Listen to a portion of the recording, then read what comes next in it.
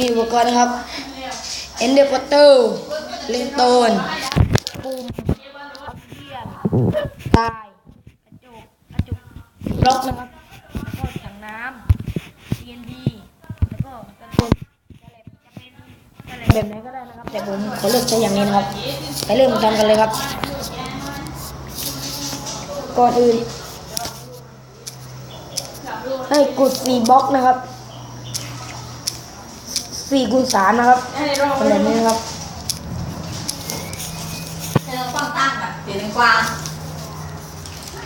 แล้วก็ให้วางไอ้อะไรหรอวะเอนเดอร์พัตทูนะครับแล้วก็วางออฟซิเดียนปิดหมดนะครับเหลือตรงกลางไว้นะครับ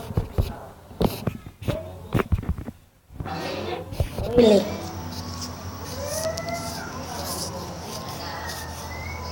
แล้วก็วางออฟซิเดียนตามผมเลยนะครับ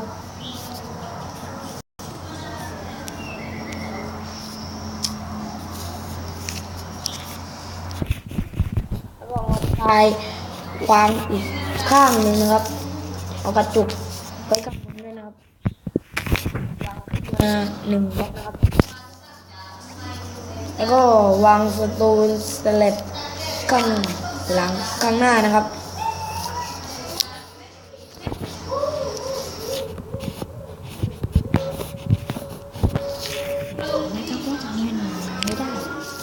แล้วมันจะวางน้ำบนเอนเดอร์พัตเตอร์ไม่ได้นะครับเราก็ต้องขุดนะครับแล้วก็วางสโตนสแลบแล้วก็ตีน้ำได้นะครับที่อยากวางไม่ได้วางได้แล้วครับก็เราก็วางที่ข้างหลังของออฟซิเดียนนะครับสลัดให้บนเนี่ยแล้วก็วางเบสโตนนะครับว่าถ้าเราวางตรงนี้ถ้าต่อไปตรงนี้เนี่ยแต่เราก็ต่อมาตรงนี้นะครับมันก็เบสโตนมันจะไม่เดินนะครับเราวางโอไปนะครับแล้วก็วาง TNT นะครับเว้นที่น้ำอยู่นะครับ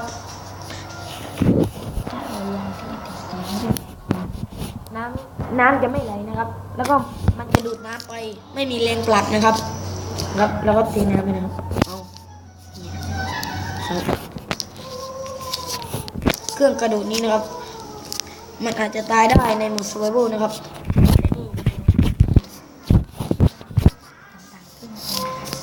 ถ้าคุณอยากให้มันแบบสวยหรูนะครับคุณก็ต่างๆขึ้นนะครับสัญญาณอวกาศนะครับขึ้นไปเตรียมพร้อมนักบิน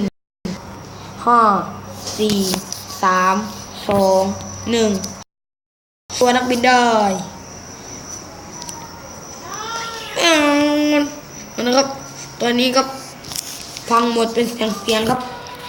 โอ้โหคราวนี้ครับล้มเหลวนะครับแต่ผมมีอีกอันหนึ่งนะครับผมว่าแล้วมันต้องทำพังแน่นอนครับผมจึงสร้างอันนี้ไว้ครับอันนี้ผมทดลองนะครับไม่พังแน่นอนครับถ้าถามว่าผมไปทำอะไรนะครับคิดเองครับครับมีล็อกใครไม่เรียนแบบใครนะครับโอ้โหอันนี้เราปิดขวาถังเลยครับก่อนเริ่มไปได้ครับโอ้คอยดูครับมันจะสูงขนาดไหนนะครับเห็นไหมครับเมื่อกี้ผมรู้แล้วทำไมใส่อะไรครับเพราะ TNT มันอยู่สูงเกินไปครับเมื่อกี้เฮียครั้งนี้ก็พังครับโอ้แต่ไม่เป็นไรครับผมซ่อมได้ครับมันจะต้องใช้ออฟซิเดียนนะครับโอเคได้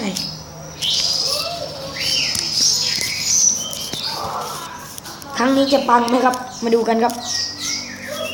ถ้าเพื่อนถามว่าแล้วผมสร้างดัมปิ้งอันก่อนมันจะปังไหมครับไม่ครับเมื่อกี้ผมน่าจะวางผิดนะครับผมบอกว่าวางข้างบนเลยนะไม่เคยวางต้องวางข้างบนนะครับ วางทีดีนะครับเราก็ต้องวางให้ดีนะครับถ้าวางไม่ดีมันอาจจะพังได้ครับตรงนี้เนี่ยห้ามวางตรงนี้นะครับถ้าวางตรงนี้มันอาจจะพังได้ครับวางตรงนั้นพังหมดเลยครับแต่ว่าถ้ากระจกพังแน่นอนครับเอาละครับเริ่มเลยครับ